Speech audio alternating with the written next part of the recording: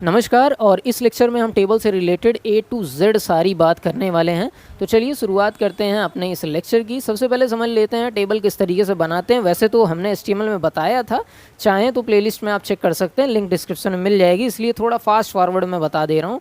सबसे पहले हम टेबल टैग को लेते हैं, ठीक है। हमने टेबल टैग को क्लोज़ कर दिया। इसके बाद हम रोज़ लेते हैं, जिसके लिए हम यूज़ करते हैं TR टैग। और क्योंकि हम 3 रो यहाँ पर लेंगे, इसलिए पहला TR टैग लिया, बंद किया। दूसरा TR टैग मतलब दूसरी रो ली, बंद किया। उसके बाद तीसरी रो ली हमने और उसको भी बंद कर दिया। ये 3 रोज़ हमारे सामने बन गई। अब रोज़ में एलिमेंट देने की बारी आती है, तो सबसे पहले हेडिंग होती है, तो हम TH देते हैं वैल्यू हेडिंग के लिए, ठीक है। TH वैल्यू दे दी और इसको बंद कर दिया, ठीक। क्योंकि ये हेडिंग है इसलिए TH दे रहे हैं, नहीं तो TD देते हैं। दूसरा TH और तीसरा TH। उसके बाद दूसरी रो में गए और क्योंकि ये हेडिंग नहीं है इसलिए इसमें TD देंगे हम। TD दे दिया और TD को मैंने बंद भी कर दिया, ठीक। अब इसको मैं सेलेक्ट करके कॉपी कर ले रहा हूँ और 3 एलिमेंट इस रो में भी दे दिए और आखिरी रो में भी 3 एलिमेंट दे दिए। ये सारी चीज़ बताई जा चुकी हैं। अब इसमें वैल्यूज़ देनी है, तो एक आसान सी वैल्यू मैं देता हूँ, 1 2 3 4 करके दे रहा हूँ। आप नाम, रोल नंबर, रजिस्ट्रेशन नंबर, इस टाइप का डेटा दे दीजिएगा, क्योंकि मैं समझा रहा हूँ, थोड़ा जल्दी चाहता हूँ डेटा बन जाए, इसलिए ऐसा मैं बना रहा हूँ, ठीक है। 1 सेकेंड। 7 फिर 8 और आखिरी में 9। इस चीज़ को सेव किया, आपके वेब पेज में गए और रिफ्रेश किया। ये कुछ आपकी टेबल बनके तैयार हो गई। क्योंकि ये हेडिंग है इसलिए थोड़ा सा डार्क दिख रहा होगा, ये हल्का सा उससे बाकी दोनों लाइन डाउन दिख रही होंगी। ये आपका टेबल तैयार हो गया। अब इसकी प्रॉपर्टीज़ की बात करते हैं। तो सबसे पहले आइए देखिए किस तरीके से यहाँ पर काम होता है। तो सबसे पहले यहाँ पर बताया गया है किस तरीके से आपको लेना है। तो सबसे पहली चीज़ आप लेंगे टेबल में बॉर्डर, उसकी साइज़, कलर, साइज़, टाइप और कलर डिसाइड करेंगे, ठीक है। इस तरीके से आपको देना है वैल्यूज़। तो हम यहाँ पर दे रहे हैं टेबल, फिर TH और TD, ये सारी चीज़ लिखेंगे। हटाकर भी देखते हैं क्या होता है। सबसे पहले इसको सिंपल सा कॉपी किया और अभी तक आपको CSS यूज़ करना आ गया होगा, इसीलिए कॉपी पेस्ट कर दे रहा हूँ मैं सीधे आपके स्टाइल टैग के बीच में, ताकि आपको समझ में आ गया होगा पहले, तो दिक्कत नहीं होगी। ये आपका बन गया। लेकिन यहाँ पर देखिए, मैं सिर्फ टेबल अगर लेकर काम चलाना चाहूँ तो क्या होगा, सिर्फ टेबल में हेडिंग लगेगी। TH और TD लेने से आपकी टेबल हेडिंग वाले में भी और टेबल के एलिमेंट्स में भी ये लाइनें खिंच गई, ये बॉर्डर बन गया। इसीलिए आपका ये वैल्यूज़ देना भी ज़रूरी है। ये वैल्यूज़ नहीं देंगे तो सिर्फ चारों तरफ बॉर्डर बनेगा, और ये वैल्यूज़ रहेंगी तो अंदर भी आपकी लाइनें खींचेंगी।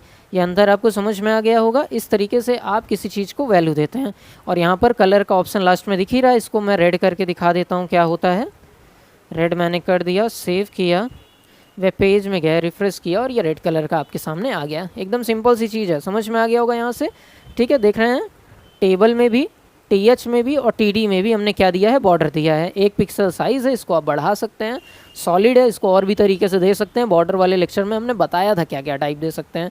और कलर आपका ब्लैक रहेगा। इस तरीके से आप टेबल के बॉर्डर बनाने की शुरुआत कर चुके हैं। अगली प्रॉपर्टी की बात करते हैं कि टेबल की भाई साहब आपकी विड्थ क्या होगी। तो यहाँ पर देखिए टेबल विड्थ यूज़ की गई है, हम इसको यूज़ करते हैं। चलिए आइए, तो यहाँ पर हम इसी टेबल टैग में हम क्या करते हैं, हम विड्थ का यूज़ करते हैं। हमने लिखा टेबल, स्मॉल कर लेते हैं इसको, टेबल, और इस कर्ली ब्रैकेट में हम लिखते हैं विड्थ, ठीक है। और इसको मैंने 100% दिया है। अभी कम करके भी दिखाता हूँ, पहले 100% देख लीजिए आप किस तरीके से वर्क करता है, ठीक है। वेब पेज में गए और रिफ्रेश कर दिया। देख रहे हैं 100% मतलब क्या हुआ कि ये आपकी पूरी स्क्रीन में फैल गया है, समझ रहे हैं, पूरी स्क्रीन में। अब इसी को मैं करता हूँ 50% की विड्थ। यहाँ पर गए और वैल्यू 100 की मैंने क्या कर दी, 50% की विड्थ मैंने सेट कर दी।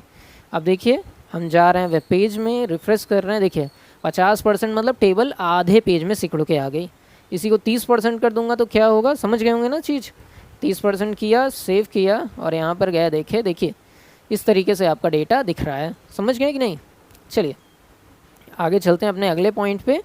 यहाँ पर देखिए आपका है टेबल कोलैप्स करने की चीज़। अब टेबल कोलैप्स क्या चीज़ होती है, बहुत मज़ेदार चीज़ है। देखिए अभी जो टेबल का बॉर्डर आप देख रहे होंगे, इसमें देखिए 2-2 लाइन बन रही है। अब टेबल का जो कोलैप्स टैग है उसको हम यूज़ कर रहे हैं, ठीक है। बॉर्डर कोलैप्स कर रहे हैं, इसको यहाँ पे हमने किया कॉपी सिंपल सा और ले गए अपने में पेस्ट कर दिए कोड में कि टेबल भाई साहब आप जो है हो जाओ कोलैप्स। अब देखो ध्यान से देखिए, रिफ्रेश किया और लाइंस कोलैप हो गई। क्या कोलैप हुआ समझ में आया? ये जो डबल लाइन आपकी चल रही थी वो सिंगल लाइन में बदल गई। कोलैप्स का मतलब यही होता है। ठीक है, यहाँ तक समझ गए। इस चीज़ को मैं कोलैप्स यहाँ पर हटा दे रहा हूँ और डबल लाइन ताकि हमारी दिखने लगे, हम चाहते हैं ऐसा। ठीक है, और विड्थ हम 50% दे रहे हैं। सेव कर दिया और थोड़ा सा पहले जैसा ये हो जाएगा आपका। चलिए आगे की तरफ चलें। इसके बाद देखिए टेबल की विड्थ और हाइट की बात की गई है। विड्थ और हाइट से क्या चेंज होगा ये सबको समझ में आ रहा होगा, लेकिन फिर भी चलिए एक करके दिखाता हूँ। मैं यहाँ पर TH लिखता हूँ, TD भी आप लिख सकते हैं, कुछ और भी यूज़ कर सकते हैं। तो मैं TH क्या चेंज कर रहा हूँ, हाइट। ठीक है, हाइट चेंज किया और इसको आप 10 से ज़्यादा 20 से ज़्यादा कुछ रखूँ तभी आपको दिखेगा। तो मैं यहाँ पर 50 पिक्सल कर रहा हूँ और इसको यहाँ पर लगाया सेमीकोलन, सेव किया और जाकर वेब पेज में जब मैं रिफ्रेश करूँगा, ध्यान दीजिएगा TH ये वाली लाइन है, ये TD वाली लाइन है, ये दोनों, तो ये दोनों चेंज नहीं होगी, ये चेंज होगा। चलिए यहाँ पर गए, रिफ्रेश किया और हाइट में आपको अंतर दिख रहा होगा। इसी तरीके से आप विड्थ में भी अंतर ला सकते हैं। यहाँ पर बस कोड लिखे हैं, आपको रन कराना है, सिंपल। तो देखिए रन कराइए, देख के ही रन कराइए। एक बार रन करा लेंगे समझ जाएंगे, फिर अपने आप बिना देखे भी कर लेंगे। इसके बाद की गई है हॉरिजॉन्टल और वर्टिकल अलाइनमेंट की, इसको भी समझा देता हूँ मैं आपको। देखिए जैसे इस बॉक्स में ये एलिमेंट है, तो आप वर्टिकल अलाइन करना चाहते हैं, मतलब यहाँ पर एलिमेंट रखना चाहते हैं कि यहाँ पे रखना चाहते हैं कि यहाँ पे रखना चाहते हैं, इसकी बात की गई है। वहीं पे अगर हॉरिजॉन्टल अलाइनमेंट की बात करूँ तो एलिमेंट यहाँ पर रहेगा कि यहाँ पर रहेगा कि यहाँ पर रहेगा, इसकी बात की जाती है। हॉरिजॉन्टल मतलब आपका इस तरीके से, वर्टिकल मतलब आपका इस तरीके से अलाइनमेंट आपका सेल में होता है। अगर आप टॉप कर देंगे तो यहाँ पर एलिमेंट आ जाएगा, ये बीच में है ना अभी, क्योंकि बाय डिफ़ॉल्ट है, बाय डिफ़ॉल्ट बीच में होता है, तो अभी यहाँ पर है। चाहें तो इसको नीचे भी ला सकते हैं। ये चीज़ आप किसी एलिमेंट के अलाइनमेंट को चेंज कर सकते हैं। इसको मैं यहाँ पर हटा दे रहा हूँ, सेव कर रहा हूँ।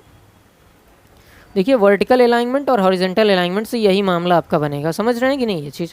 ठीक, इसके बाद आगे की तरफ बढ़ रहे हैं। पैडिंग की बात की जा रही है, तो पहले ही बता चुके हैं लेक्चर में। पैडिंग का क्या मतलब होता है? ऑब्जेक्ट और बॉर्डर के बीच में जो स्पेस होता है, पैडिंग की सहायता से उसे आप बढ़ा सकते हैं। आसान सी चीज़ है, पहले लेक्चर देखा हो तो समझ में आ गया होगा, नहीं तो सिंपल सा कोड रन कराएंगे तो आप समझ जाएंगे। एलिमेंट और उसके बीच में जो अंतर होता है उसी को पैडिंग कहते हैं। चलो अच्छा कर ही दें, नहीं तो बहुत से लोगों के मन में रहेगा कि सर करके नहीं दिखाए। सिंपल सा मैं कॉपी पेस्ट ही कर रहा हूँ ताकि अंतर आपको दिख जाए। पहले भी ये चीज़ करके मैंने दिखाई है आपको। सेव किया, 15 नहीं रखता हूँ मैं, 35 रखता हूँ ताकि भरपूर अंतर आपको दिखाई दे जाए। रिफ्रेश कर दिया, देखो आपका ऑब्जेक्ट और बॉर्डर के बीच में गैप बढ़ गया। इस 35 को मैं कम कर दूँ, देखो कम करूँगा तो गैप भी कम हो जाएगा। 35 से मैं कर रहा हूँ इस चीज़ को 25। ठीक है, सेव कर दिया, वेब पेज में गया, रिफ्रेश कर दिया, देखो स्पेस कम हो गया। और कम करना हो तो इसको आप 5 कर दीजिए और सेव कर दीजिए। देखिए 5 करेंगे तो और कम हो जाएगा। इस तरीके से आप पैडिंग किसी भी टेबल में लगा सकते हो। आसान सी चीज़ है ये। ठीक है, इसके बाद आपका ये देखिए हावरेबल टेबल क्या होती है। ये बहुत आसान चीज़ है, ये मैं कुछ बोलूँगा नहीं, सीधे करूँगा और आप देखिएगा, ये आपको पसंद भी आएगा।